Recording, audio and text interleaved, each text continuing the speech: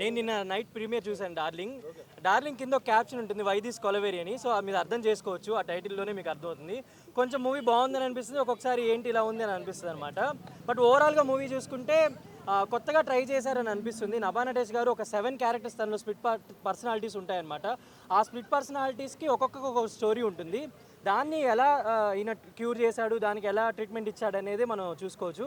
And ఇంకోటి చూసుకుంటే అనన్య నగర్లో కూడా ఉంటుంది ఒక బెస్ట్ పర్ఫార్మెన్స్ అనమాట. తను ఒక సైకాలజీ సంబంధించిన డాక్టర్ లాగా ఉంటుంది.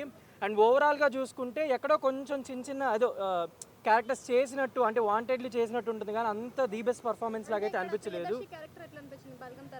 బాగుంది, అంటే ఏదో ఇంకొక డిఫరెంట్ జోనర్ అనమాట. అంటే మల్లేశం ఒకటి, బలగం ఒకటి, అంటే ఒక్కొక్క స్టైల్ ఆఫ్లో వెళ్తున్నాడు ప్రియదర్శి. చెప్పుకోవాలంటే కాన్సెప్ట్స్ తీసుకుంటేనే ఇలాంటి మంచి సినిమాలు వస్తేనే బాగుంటుంది. బట్ ప్రొడక్షన్ వాల్యూస్ అన్నీ బాగున్నాయి. ఒక తమిళ నుంచి వచ్చి తెలుగులో తీసిన డైరెక్టర్గా చూసుకుంటే కొంచెం పర్లేదు, ఓకే, బాగానే మేనేజ్ చేశాడు. అన్ని క్రాఫ్ట్స్ కూడా ఆయన హ్యాపీగానే హ్యాండిల్ చేశాడు. ప్రొడక్షన్ కూడా హనుమాన్ ప్రొడక్షన్ వాళ్ళు చాలా బాగా చేశారు. ఇంకొంచెం ఏమైనా కొంచెం కేర్ తీసుకొని కొంచెం అంటే కరెక్షన్స్ ఏమైనా చేస్తుంటే బాగుంటుంది.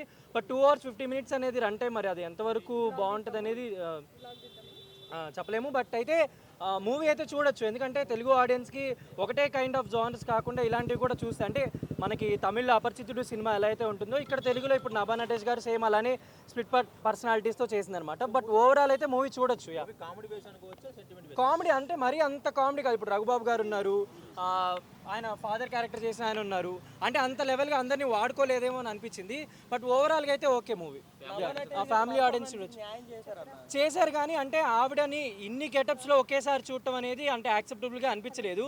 2-3 వేరియేషన్స్ బాగా చేసింది, ఇంకొక 2-3 వేరియేషన్స్ కొంచెం పర్ఫెక్షన్స్ చూసుకుంటే బాగుంటుంది. అంటే డబ్బింగ్ వైజ్గా ఇలా కొన్ని చిన్న కరెక్షన్స్ అయితే చేయాల్సి ఉంటుందని అనిపించింది. Thank you.